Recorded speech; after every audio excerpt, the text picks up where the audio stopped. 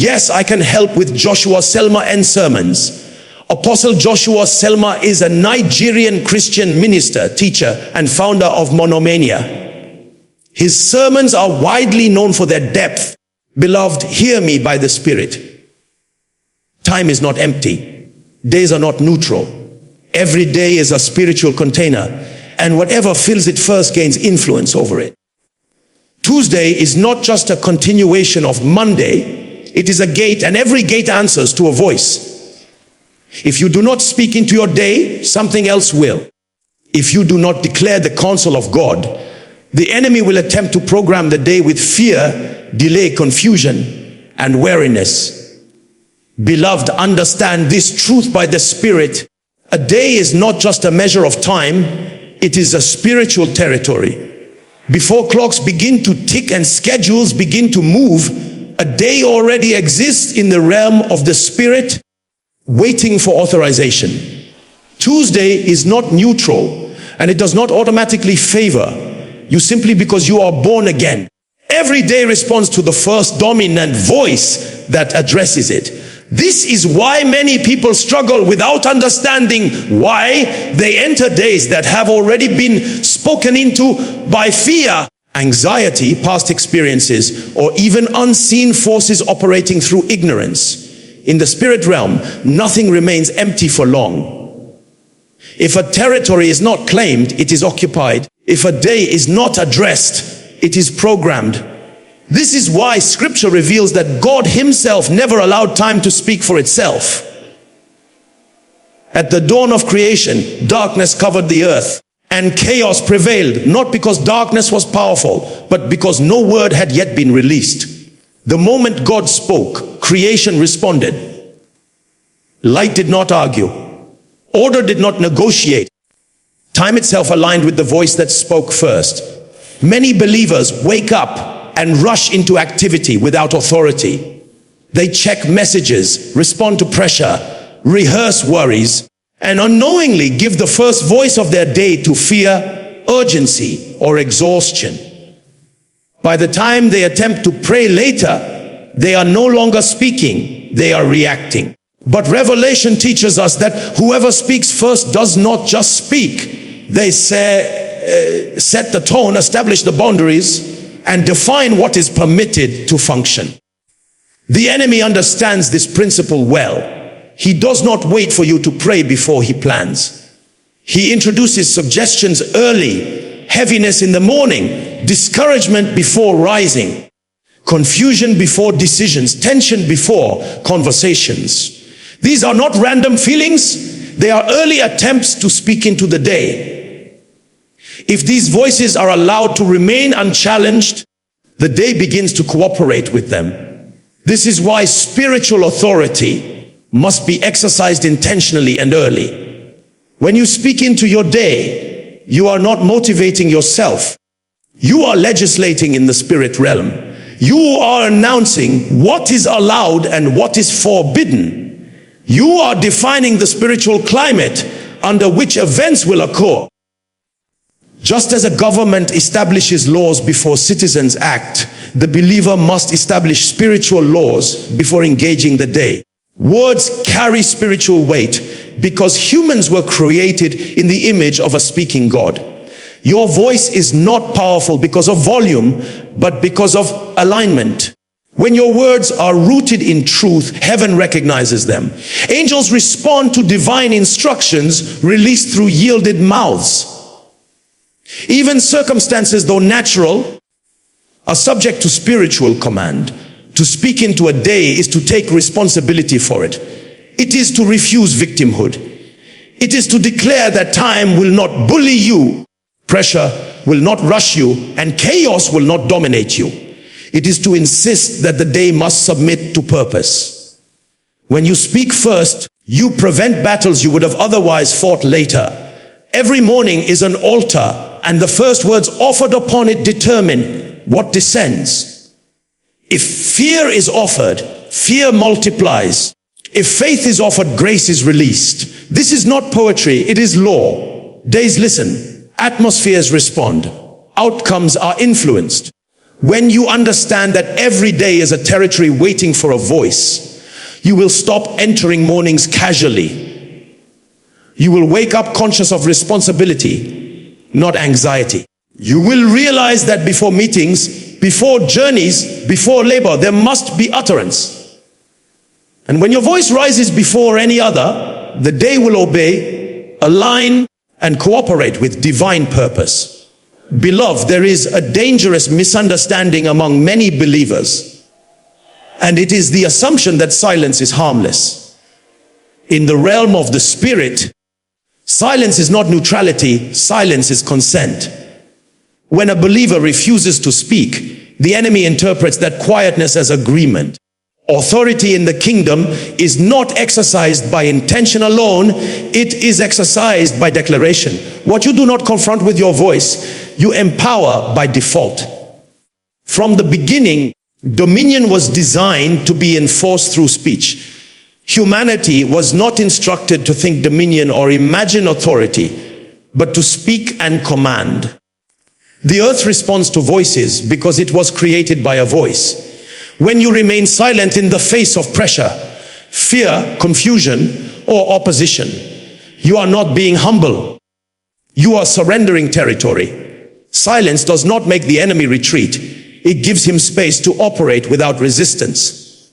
The adversary thrives where voices are absent. He cannot create, but he can manipulate what is unguarded.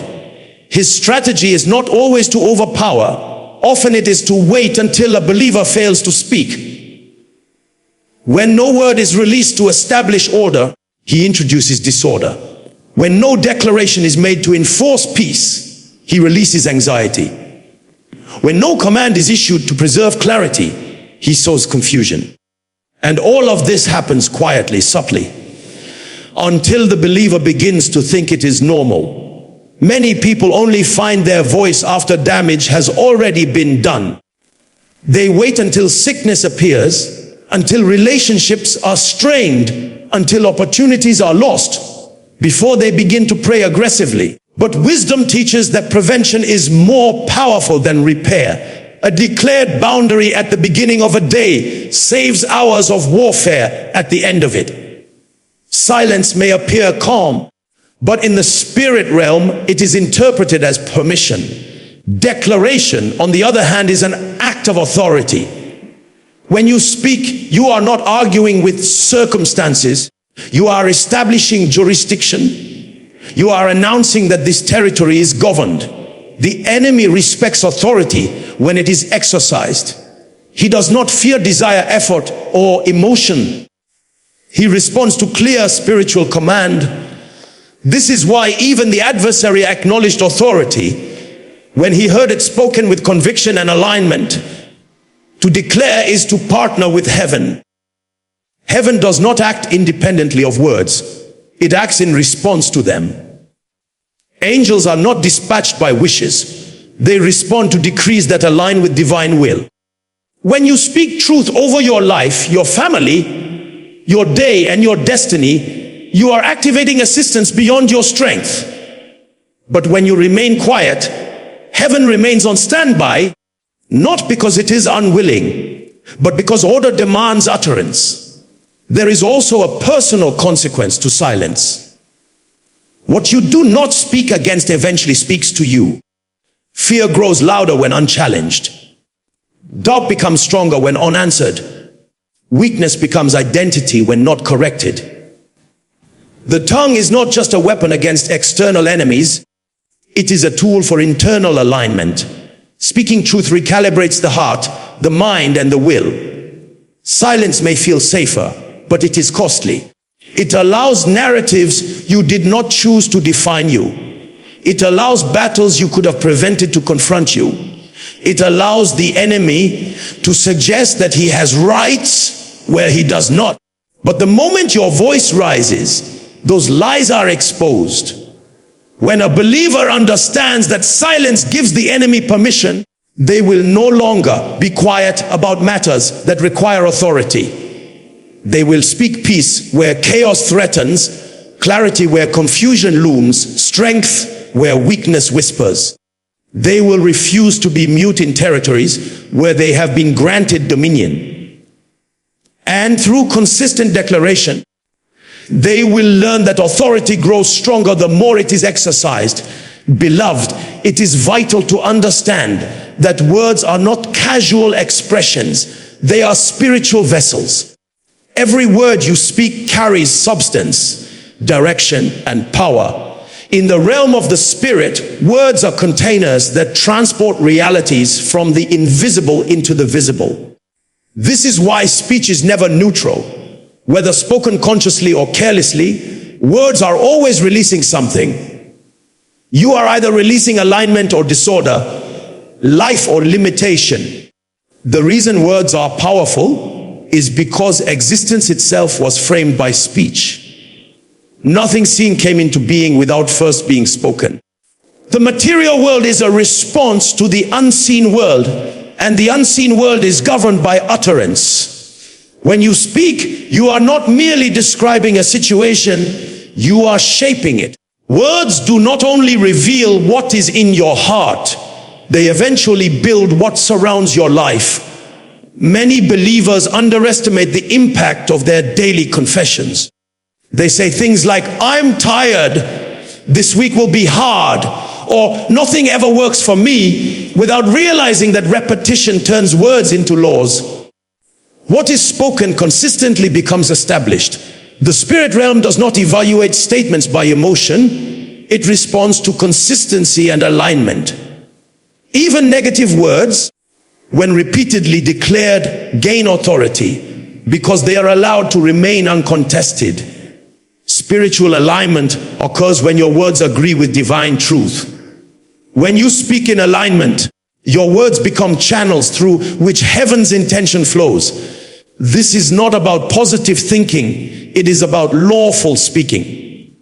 When truth is spoken, it activates order. When wisdom is declared, it releases direction. When faith-filled words are uttered, they open access to grace that was already available, but inactive. Misalignment happens when words contradict truth. In such moments, the speaker may be sincere, but still powerless. The spirit realm does not respond to sincerity alone. It responds to truth. This is why complaining weakens spiritual authority. Complaints may feel honest, but they empower the very conditions they describe. Fear-filled speech gives fear legal ground. Hopeless language invites stagnation. Words give shape to what is allowed to remain. It is also important to understand that words affect timing. Many delays are not caused by opposition, but by conflicting declarations. When a believer prays for progress, but consistently speaks doubt, their own words create resistance. The spirit realm honors agreement, and when your mouth and prayers disagree, progress slows. Speaking rightly brings alignment between desire, belief, and outcome. Words also educate your environment. Atmospheres learn from utterance. A home where words of peace are spoken consistently becomes a place of rest. A workplace filled with negative speech eventually carries tension. Even your body responds to your voice. Strength is reinforced by words of faith, and weakness is reinforced by words of surrender. The body listens, the mind adjusts, and the spirit responds. Understanding that words are containers of power places responsibility on the speaker. You begin to choose words intentionally. You stop speaking casually about serious matters. You become careful not because you are fearful, but because you are aware. You realize that silence is sometimes better than misaligned speech, and that deliberate declaration is better than uncontrolled expression. When you speak with understanding, your words begin to produce results beyond effort.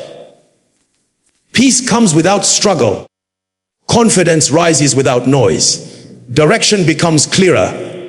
This is not magic, it is order. The moment a believer accepts that words shape outcomes, they begin to speak as builders, not observers. And over time, their life becomes a testimony of what aligned utterance can produce. Beloved, There is a wisdom that saves strength, preserves peace, and shortens battles. And that wisdom is understanding the power of early engagement. Many struggles that exhaust believers are not the result of strong opposition, but of delayed response. In the spirit realm, timing is as important as authority. Authority exercised late still works, but it costs more. Authority exercised early prevents what would have required warfare later. Early prayer is not about anxiety or fear. It is about intelligence. It is the recognition that life moves in patterns, and patterns can be redirected before they harden into realities. When you address a matter early, you are dealing with it in seed form. Seeds are easier to uproot than trees. A thought is easier to correct than a mindset. A feeling is easier to calm than a crisis. Early prayer is intervention before escalation. Many believers pray only when discomfort becomes unbearable. By then, issues have gathered momentum. What could have been settled with a few minutes of declaration now demands hours of warfare. This does not mean prayer failed. It means prayer was late. The enemy's greatest advantage is not power, but timing. He introduces suggestions early and waits to see if they will be challenged. When they are not, he builds upon them gradually until they appear overwhelming. Early prayer establishes spiritual boundaries. It declares what will not be allowed to develop. Just as fences are built before animals are released, spiritual boundaries must be set before the day unfolds. When you pray early, you are saying that confusion will not grow, distractions will not multiply, and resistance will not intensify. You are cutting off possibilities before they become experiences. There is also clarity that comes with early prayer. Before voices multiply, before emotions are stirred, before pressure demands decisions, early prayer aligns the heart and mind. It positions you to hear clearly. Many wrong decisions are made not because people are foolish, but because they are rushed. Early prayer slows the soul and sharpens discernment, allowing wisdom to guide action. Late prayer often becomes reactive. It is fueled by frustration, fear, or desperation. While God still responds, the believer's peace is already disturbed.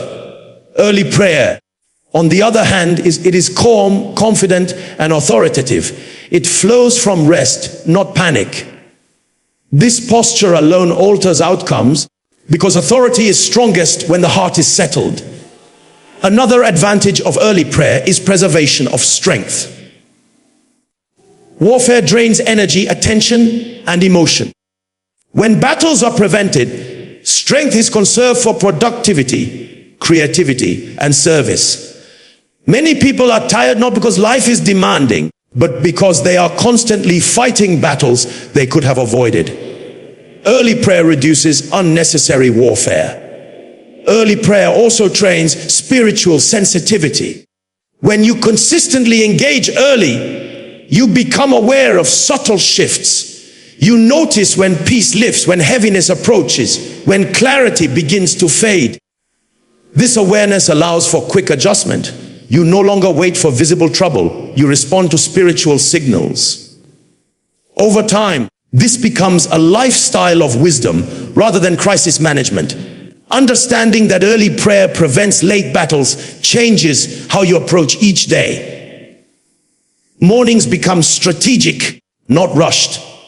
Quiet moments become valuable, not optional.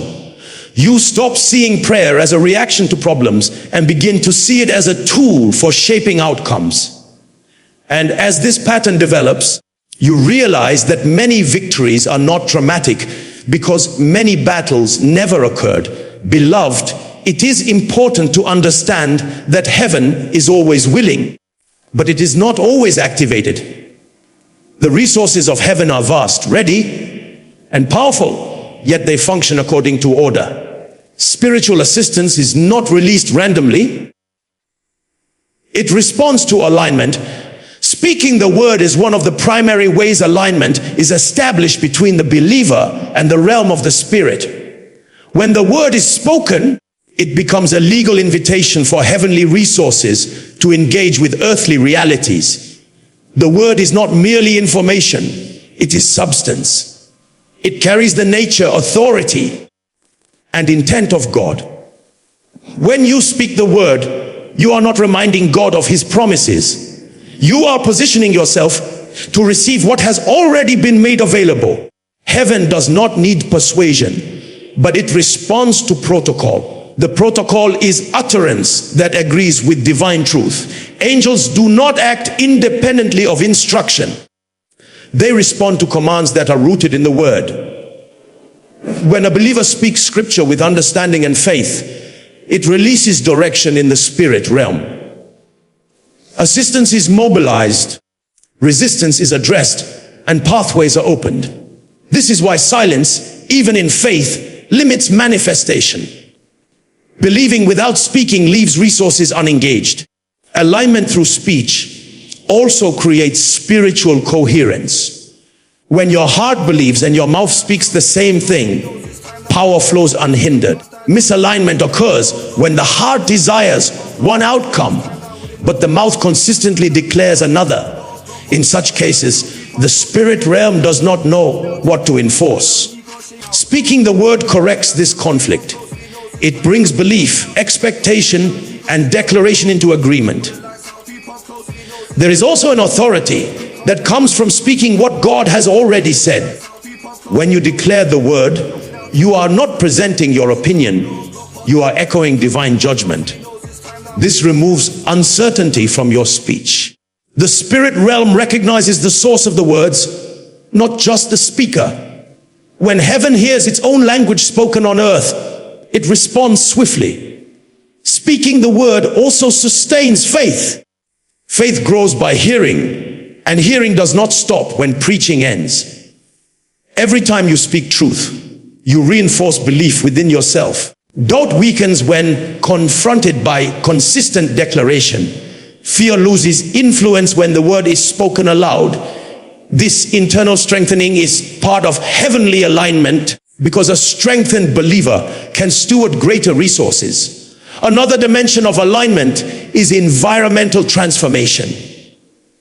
When the word is spoken, atmospheres change. Confusion gives way to clarity. Tension gives way to peace. Resistance gives way to cooperation. This is not symbolic, it is functional. Environments respond because they are influenced by spiritual laws, and the word is the highest law. Speaking the word also establishes continuity. Heaven's resources are not released for moments. They are sustained by consistent alignment. One declaration may initiate movement, but repeated speaking maintains momentum. This is why daily declaration is powerful. It keeps channels open and resistance minimal. When believers understand that speaking the word aligns heaven's resources with destiny, they stop waiting passively for change.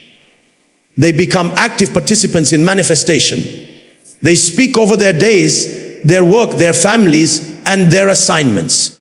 They do not speak arrogantly, but confidently, knowing they are cooperating with a system designed by God himself. Over time, this practice produces visible results. Opportunities align, helpers appear, and obstacles diminish. Not because life has no challenges, but because assistance is active. The believer is no longer working alone. And this is the true power of speaking the word. It invites heaven into daily life in a practical, sustained way. Beloved, many people use their mouths only as instruments of expression, never realizing that the tongue was designed as a tool of legislation. To legislate is to establish what is permitted and what is prohibited. In the spirit realm, this authority was entrusted to humanity from the beginning. Dominion was not given as a feeling or a title. It was given as a responsibility to command. Your mouth is not only meant to describe reality, it is meant to define it. When you speak, you are not merely reacting to circumstances. You are either enforcing order or allowing disorder. Victims speak from what they see. Legislators speak from what is authorized. The difference is perspective. A legislator does not wait for conditions to change before speaking. They speak so that conditions must change. This is why casual, emotional speech weakens authority. Authority requires intentional, deliberate utterance. Many believers have power, but do not exercise it because they see their words as opinions rather than decrees.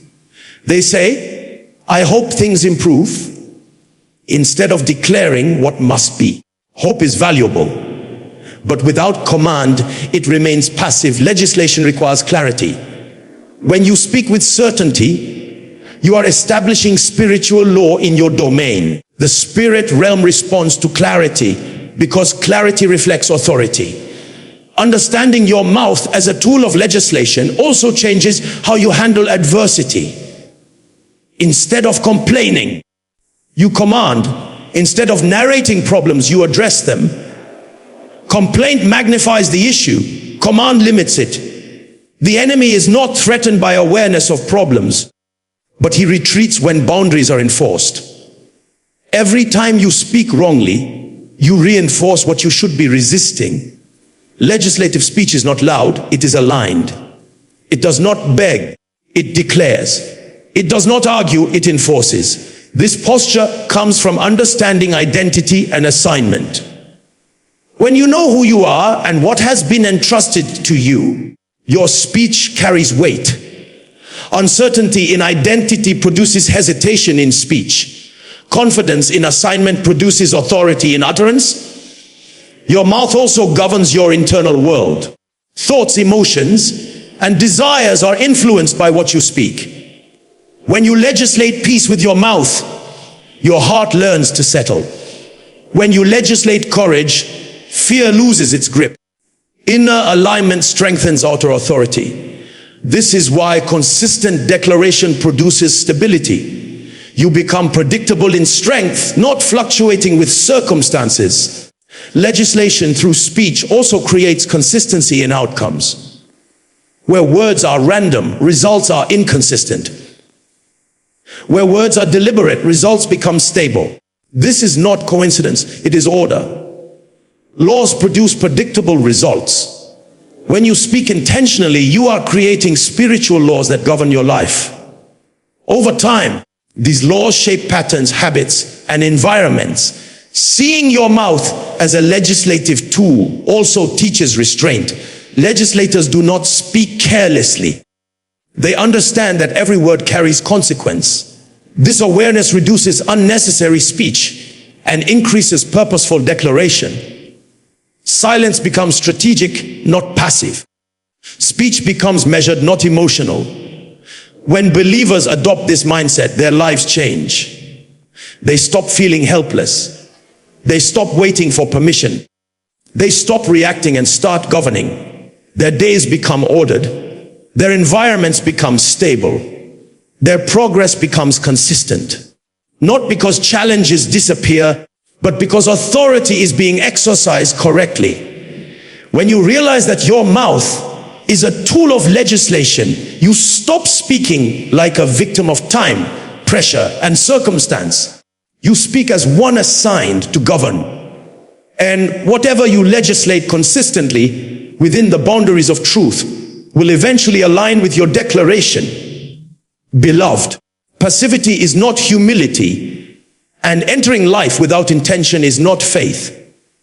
Many people move through their days as observers, hoping circumstances will be kind and situations will align in their favor. But destiny was never designed to respond to hope alone. It responds to authority. To command a day is to recognize that you were not created to endure time, but to govern it. Days must be addressed, not merely experienced. A passive mindset waits to see what the day will bring. A commanding mindset decides what the day is allowed to produce. This distinction changes everything. When you step into a day without direction, the day begins to direct you. Urgency dictates your pace. Pressure shapes your decisions. And unexpected challenges dominate your emotions. But when you command a day, you establish spiritual order before activity begins. You are no longer reacting, you are leading. Victimhood often hides behind phrases like, whatever happens, or let's see how it goes. These statements sound harmless, but they surrender authority. They suggest that life is unpredictable and uncontrollable. While events may be unexpected, outcomes do not have to be. Commanding a day does not mean controlling every detail. It means defining the atmosphere under which details unfold. When a believer commands a day, they speak peace before conflict arises, clarity before confusion appears, and favor before resistance shows up. This is wisdom, not arrogance. It is the understanding that prevention is more powerful than correction. You are not denying reality, you are shaping it before it hardens. Passively entering a day also affects perception. When you expect difficulty, you interpret neutral situations as threats. When you expect delay, you magnify obstacles. Commanding a day recalibrates expectation. It trains the mind to look for alignment rather than resistance. This shift alone reduces stress and increases effectiveness. There is also spiritual boldness that comes from command. Fear thrives in uncertainty. When you declare outcomes, fear loses room to operate. Confidence grows, not because challenges vanish, but because authority has been established. You walk differently when you know the day has already been addressed. Your decisions become firmer, your responses calmer, and your focus clearer. Commanding a day also honors responsibility. Authority was given with accountability. To refuse to command is to neglect stewardship. Time is a gift, and every day carries assignments. When you command a day, you are acknowledging that what happens within it matters.